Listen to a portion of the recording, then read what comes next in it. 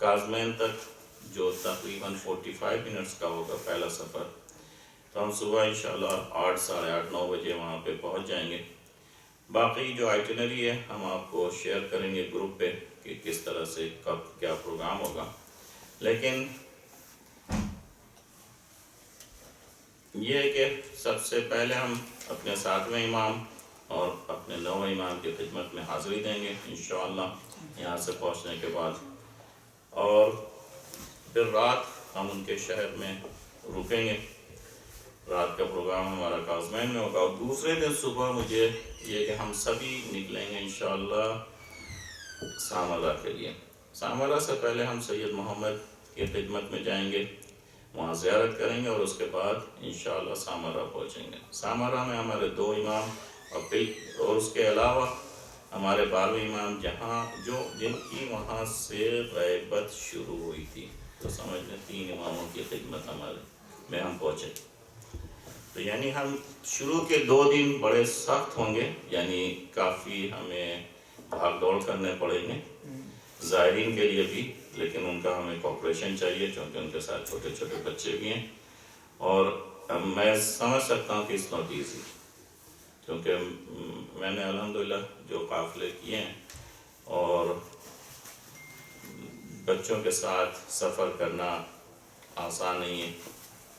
اور الحمدللہ یعنی اللہ کا شکر ہے کہ ان مقامات پہ جب ہم پہنچتے ہیں تو بہت سی چیزیں, بہت سے ذرائع اس طرح سے حل ہوتے ہیں کہ کبھی میرا اپنا انٹینشن کچھ ہوتا ہے, لیکن وہاں پہ ذرائع جو یہ حضرات جو یہ شخصیات بیٹھی ہیں, تمام مسائل کے حل کچھ کیونکہ سامرا سے پہلے میں نے ابھی کہا کہ سید محمد کی خدمت میں جائیں گے. وہ شخصیت وہ ہیں, میں ایک چھوٹا سا اگزامپل, چونکہ پیٹر بور سے ایک فیملی آئی تھی جس کے تقریباً 13 سال تک کوئی اولاد نہیں تھی, اور انہوں نے ہمارے ساتھ آنے کا, میں نے کہا چلیں بسم اللہ. جب وہاں پہنچے انہوں نے نیت کی, سال نہیں گزرا الحمدللہ وہ اتنی بڑی شخصیت ہے, یعنی کہ انہوں نے سال بھر کے اندر ان کے یہاں ایک بیٹی ماشاءاللہ, اور دوسرے سال ان کے یہاں ایک بیٹا. یہ 13 سال کے بعد یعنی یہ چیز کہ ان کا یہ تھا کہ چلیں ہم امام کی خدمت میں عراق کی زیارت پہ چلیں, اور پھر سید محمد پہ جا کے اور یہ منت مانیں, کیونکہ وہ امام کے بھائی ہیں اور انہیں خاص اس چیز کو اللہ نے جو ہے یوں کہا جائے نوازا ہے. یہ اس طرح سے یعنی الحمدللہ یعنی اتنے معجزات ہوئے ہیں کہ اگر میں ایک ایک کر کے بیان کروں تو بہرحال کافی وقت چاہیے. انشاءاللہ آپ کو وہاں پہ بھی مولانا حضرات اور دوسرے ہمارے جو ساتھی ہیں وہ بیان کرتے رہیں گے, کیونکہ اکثر ہم لوگوں نے خود سامنے سے وہ چیزیں دیکھی ہیں. پھر سامرا سے جب ہم فارغ ہوں گے, چونکہ انشاءاللہ ہمارا اصل ارادہ ہے کہ 13 رجب انشاءاللہ نجف اشرف میں, تو انشاءاللہ سنڈے کی رات کو ہم پہنچ جائیں گے. منڈے کو ہمارا پروگرام ہوگا مسجد کوفہ, اور اس کے بعد زیارت وہاں امام علی کے حرم کی زیارت, امام کی خدمت میں جائیں گے انشاءاللہ, وہاں پہ زیارت اور تمام ارکان انجام دیں گے.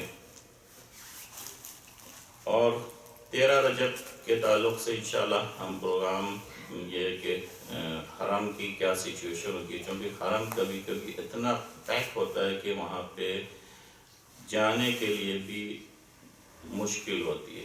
تو چونکہ ہم لوگوں کو جشن بھی کرنا ہے تو ہو سکتا ہے کہ ہم اس جشن کو انشاءاللہ ہوٹل میں کر کے پھر اس کے بعد امام کی خدمت میں جائیں گے. تو جیسا بھی ہوگا انشاءاللہ ہم آپ کو ہر دن کیونکہ واٹس ایپ گروپ پہ پروگرامز اپڈیٹ کرتے رہیں گے.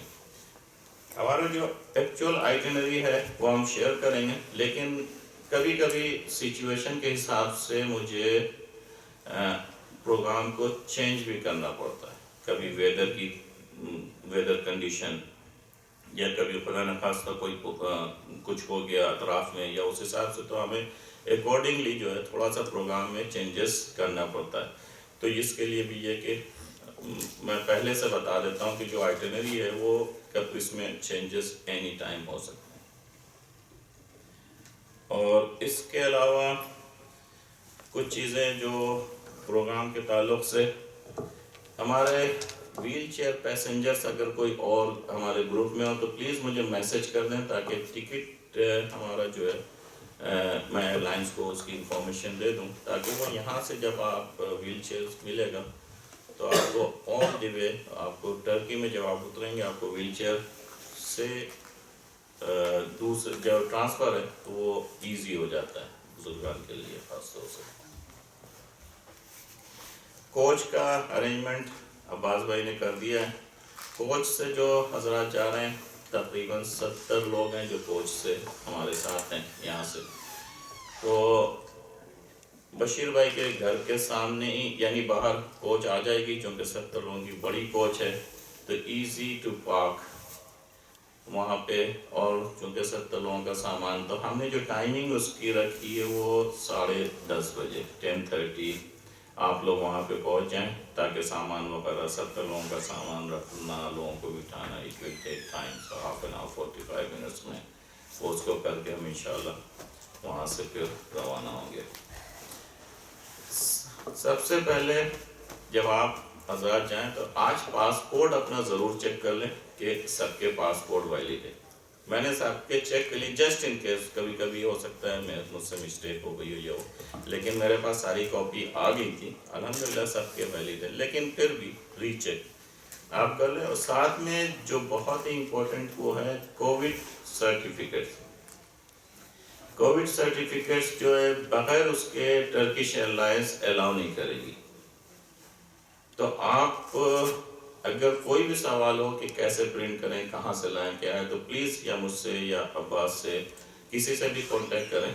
کووڈ سرٹیفکیٹ کے بغیر، جو کہ ہمارے ساتھ ابھی میں دسمبر میں ایران گیا، ایک لیڈی تھی جن کے موبائل پہ وہ NHS کی ایپ جو ہے وہ ڈاؤن لوڈ تھی، بٹ انفارچونیٹلی وہ کھل نہیں پائی، ان کے پاس پرنٹ آؤٹ نہیں تھا کیونکہ، تو ان کو الاؤ نہیں کیا اور وہ پھر ان کو واپس جانا پڑا۔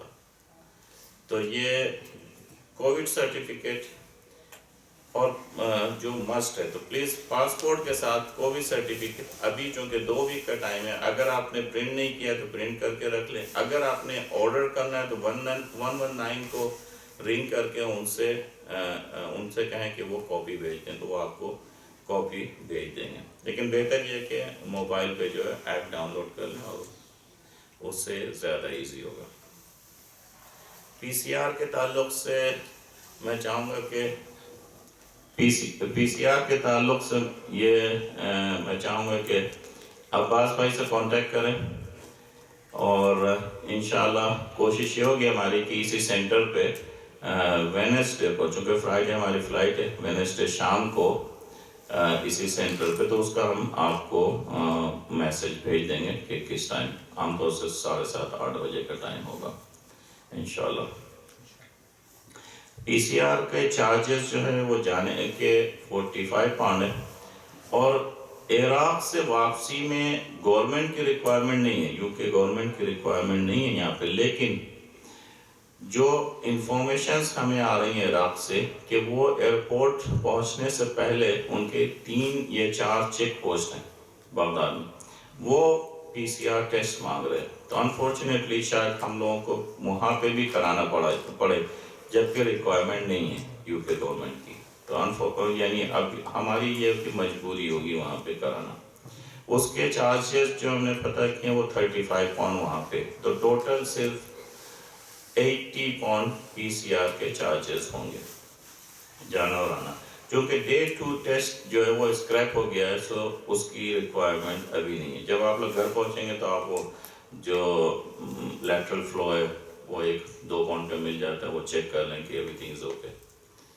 تو ایک PCR کے تعلق سے یہ کہ یہ بھی مسٹ ہے، ایئرپورٹ پہ یہ 2 چیزیں پوچھی جائیں گی، NHS سرٹیفکیٹ، کووڈ سرٹیفکیٹ اور PCR ٹیسٹ۔ اس کے علاوہ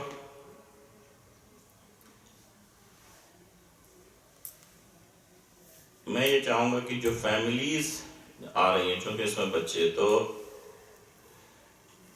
میں نے اکثر میرے ساتھ ایک ایکسیڈنٹ ہوا تھا تہران میں، جیسے 2 فیملیز اور 2 فیملیز کے بچے آپس میں دوست، اور ہم لوگ ایئرپورٹ پہنچے. میں اس لیے جان بوجھ کے یہ چیز ریلیٹ کر رہا ہوں تاکہ پلیز بچوں کو اپنے ساتھ رکھیے گا اور اپنی ذمہ داری پہ.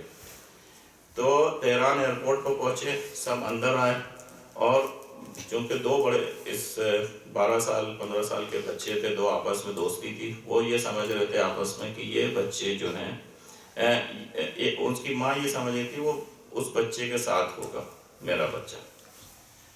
ہوا یہ کہ چونکہ رات کا ٹائم تھا، وہ اتنا تھکا ہوا تھا، وہ وہیں پہ جہاں ماں داخل ہوئی ایئرپورٹ کے اندر، وہ وہیں کنارے پر کوئی جگہ ملی اور وہ وہاں پہ لیٹ کے سو گیا. ماں کو اس کی خبر نہیں. لگیج ہم نے دے دیا، ساری چیزیں ہو گئی، بورڈنگ ہو گئی. اب وہ ماں ڈھونڈ رہی کہ بچہ کہاں ہے میرا. ماں یہ اس کے پاس جا رہی ہے کہ تو تمہارے پاس تھا، تمہارے بیٹے کے ساتھ. نہیں، میرے بیٹے کے ساتھ پاس نہیں تھا، یہ آپ کے پاس تھا. اس کے لیے اس کو گھنٹہ لگ گیا اس بچے کو ڈھونڈنے میں. تو میری ریکویسٹ یہ ہوگی پلیز، چونکہ بچے اس میں ہمارے ساتھ الحمدللہ 34 بچے ہیں، یعنی اپ ٹو 15 ایئرس تک جو ہیں وہ 34 بچے ہیں. تو کم سے کم یہ کہ ماں اپنے بچوں کو اپنے ساتھ رکھیں، جہاں جہاں جن زیارتوں پہ جاؤں. اس کی ذمہ داری آپ پیرنٹس پہ بنتی ہے. اور ابھی مجھ سے سوال کیا تھا بزرگ نے کہ انشورنس کے تعلق سے، تو انشورنس یہ کہ انڈیویجول انشورنس اگر مل جائے تو پلیز آپ انشورنس کرا لیں، کیونکہ بہت سی کمپنیز ایران، عراق، سیریا، یعنی ہماری زیارت گاہیں جہاں پہ ہیں، تو وہ کمپنیاں جو ان کو گلے سے وہ چیزیں نہیں اترتی تو ذرا مسئلہ ہوتا ہے. تو کچھ کمپنی شاید اگر ایکسیپٹ کر لے تو آپ دیکھ لیں، وہ انڈیویجول بیس پہ آپ اس انشورنس کو کر لیں.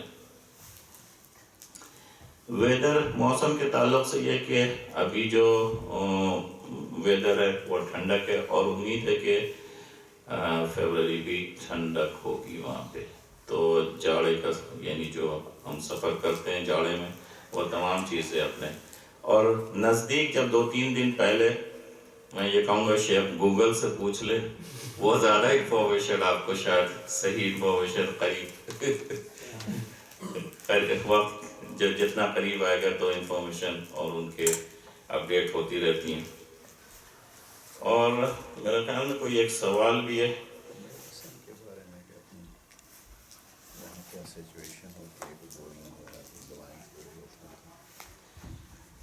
عام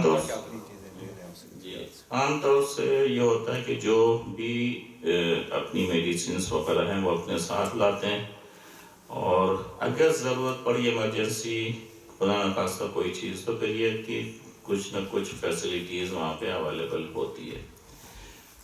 شاید ہمارے ساتھ ڈاکٹر عثمان ہو، لیکن ابھی کنفرم نہیں ہے کیونکہ ان کا ارادہ ایران جانے کا تھا، اور وہ جو ہے وہ اس ارادے کو ابھی کینسل کر کے پوسٹ پون کر رہے ہیں، بلکہ چونکہ ایران اجازت نہیں دے رہا ہے اپنے آنے کی، پچھلے 5 ویک سے انہوں نے بند کر رکھا ہے. یو کے ریڈ لسٹ میں ہے ایران کی اس میں.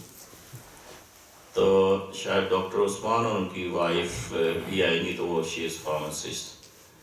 اور ہمارے گروپ میں میرے خیال میں ڈاکٹر بھی موجود ہیں، آپ کی وائف ڈاکٹر ہیں اور لیڈیز ڈاکٹر، اور غالباً فارماسسٹ بھی ہے کوئی نہ کوئی.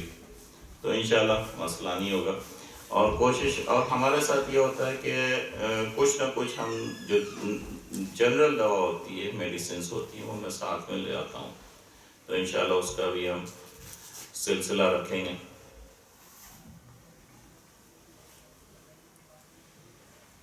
اور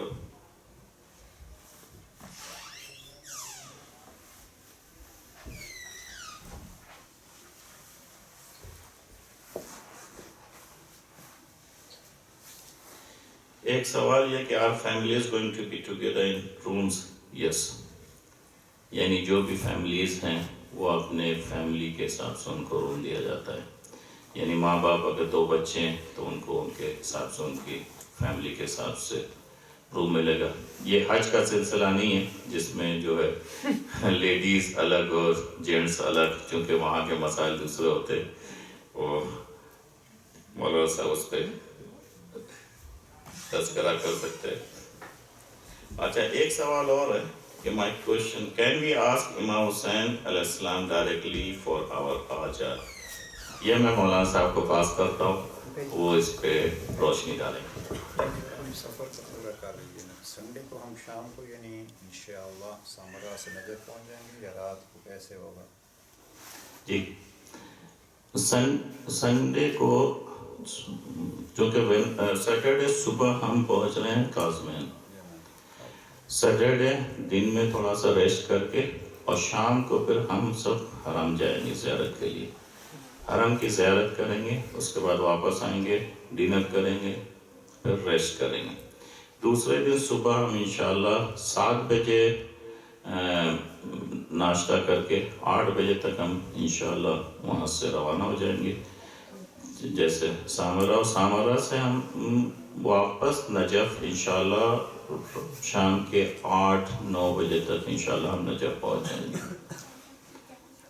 پھر منڈے کو انشاءاللہ ہم صبح جو ہے چونکہ ہم دن بھر کے تھکے ہوئے ہوں گے تو سنڈے شام کو ممکن نہیں ہوگا کہ میں حرم جاؤں، یعنی ہم تمام گروپ کو لے کے حرم جائیں، مناسب نہیں ہے. تو انشاءاللہ منڈے صبح پھر ہم حرم جائیں گے، زیارت کریں گے. اس کے بعد جو ہے دوپہر میں لنچ کر کے پھر مسجد کوفہ کے لیے نکلیں گے، وہاں کے کچھ اعمال کریں گے. اور چھوٹے چھوٹے اعمال ہیں لیکن 32 رکعت نماز ہے صرف. مسجد سیلہ میں 24 رکعت نماز ہے، صرف ایسے چھوٹے چھوٹے اعمال ہیں جو انشاءاللہ، اور ساتھ میں زیارت بھی چھوٹی چھوٹی ہے. تو 3-4 گھنٹے لگتے ہیں عام طور سے. کوشش کریں گے کہ پوری طرح سے اس کو انشاءاللہ ہم انجام دیں. اور چونکہ 8 دن ہمارے لیے کافی نہیں ہے، یعنی خاص طور سے عراق کی 8-9 دن، وہاں کم سے کم 15 دن ہو تو آرام سے زیارتیں کریں. لیکن پھر بھی جو بھی وقت ملا اس کی طرف سے ہم انشاءاللہ کوشش کریں گے، وہ قبول کرنے والا ہے، اور انشاءاللہ ان کی خدمت میں پہنچتے رہیں گے. اور محمد وآل محمد صلی اللہ علیہ وسلم.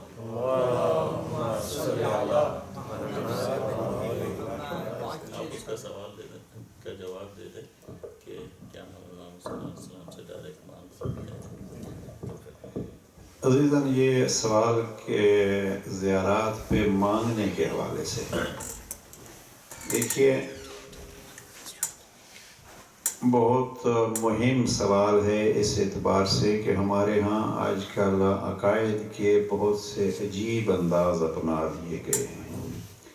ہمیں مانگنے کا طریقہ بھی اگر محمد و آل محمد نہ بتلاتے تو ایک سنی عالم ہے طنطاوی، اس نے صحیفہ سجادیہ کے متعلق لکھا ہے، اور علامہ علی نقی صاحب نے مقدمہ صحیفہ سجادی میں اس کو لکھا ہے کہ اگر سید سجاد نہ ہوتے، یعنی ان کی دعائیں نہ ہوتی تو ہمیں پتہ ہی نہ چلتا کہ اللہ سے باتیں کیسے کرنی ہیں. ہم اس سفر میں ان کو وسیلہ بناتے ہیں کہ ہمیں اللہ سے کچھ مانگنا ہے تو آپ وسیلہ بنیے، آپ ذریعہ بنیے، آپ بتلائیے کہ ہم اللہ سے کیسے مانگیں. جناب اس حوالے سے انشاءاللہ کوشش کریں گے کہ ایک زیارت ہے جو زیارت جامعہ، زیارت امام علی نقی علیہ السلام سے ہے. وہ زیارت جامعہ سب حرم پہ آپ وہ پڑھ سکتے ہیں. ہمارے استاد محترم آیت اللہ جوادی عاملی نے اس کی شرح لکھی ہے، ادب فنائے مقربان، 10 جلدوں میں ہے. ادب میری پسندیدہ کتاب ہے، فضائل کی بے بہا اس میں خزانے. ادب فنائے مقربان، مقربان یعنی اللہ کے جو قریبی ہیں ان کی ذات میں فنا ہونے کا ادب کیا ہے، ادب فنائے مقربان. تو اس حوالے سے مختصر یہ ہے کہ ہم آل محمد ہمارے لیے مانگنے کا وسیلہ ہیں. اس دن میں ایک مجلس پڑھ رہا تھا تو ایک صاحب جو ہیں وہ یعنی بعض اوقات ہم جناب سیدہ کو مثلا خطاب کرتے ہیں تو محسوس یہ ہوتا ہے کہ معاذ اللہ جو ہے وہ اللہ کو ہم پیچھے چھوڑ دیا اور سارا کچھ.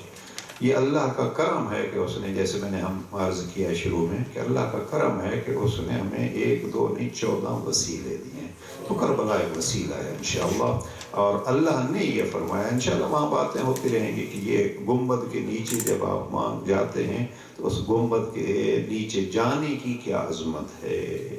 میں تو بہرحال ایک میرا اپنا طریقہ کار ہے، وہ اس میں تو جاتا ہوں تو کچھ دیر جو ہے وہ کربلا میں تو جناب حبیب ابن مظاہر سے اجازت مانگتا ہوں کہ آپ جو یہاں سپاہی بن کے، باقی سب کی قبریں ایک طرف ہیں، حبیب ابن مظاہر جو ہیں وہ آگے، ان کی قبر جو ہے وہ الگ ہے۔ تو میں کافی دیر تک یہ قبر بننے کا بھی کوئی فلسفہ ہے تو ہم حبیب ابن مظاہر جیسوں کے لیے غور کے ذریعے، ان کے ذریعے سے، جیسے سید کا بتلا رہے تھے افسر مہدی، ان شخصیات کے ذریعے سے ہم ان بڑوں تک پہنچتے ہیں اور ان کے ذریعے ہم خدا تک پہنچتے ہیں۔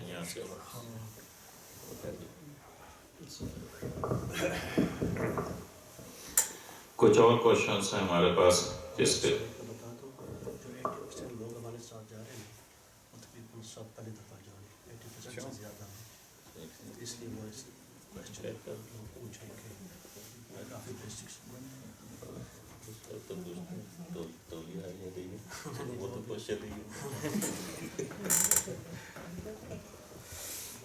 اچھا سوالات یہ ہے، پلیز کین یو ارینج عزاداری ایٹ ایوری مقام؟ ہماری کوشش یہ رہے گی کہ انشاءاللہ تمام مقامات پہ کچھ نہ کچھ تذکرہ ہو جائے، لیکن ہمیں وقت کا بھی کو مد نظر رکھنا ہوگا، اور یہ نہیں کہ مثلا عزاداری ضرور ہوگی انشاءاللہ، شاید ہے کہ 5 منٹ 10 منٹ 15 منٹ جہاں جیسے جس مقام پہ ہم پہنچیں گے اسی حساب سے انشاءاللہ یہ سلسلہ جاری رہے گا۔ اور دوسرا ہے، is it okay for people to go to haram individually? Yes. کسی بھی ٹائم، چونکہ حرم 24/7 کھلا رہتا ہے، جی سب حرم۔ پہلے یہ کازمین میں جو کہ گزشتہ 2014 میں جب میں گیا تو ان کی ٹائمنگ ہوتی تھی صبح فجر سے رات کے 11 بجے تک، لیکن اب ان کی بھی ٹائمنگ 24 آور ہو گئی ہے۔ نجف 24 آور، حرم امام حسین علیہ السلام، حرم عباس نمبردار 24/7 وہ کھلا رہتا ہے، کسی بھی ٹائم آپ جائیں عزاداری کریں۔ اور چونکہ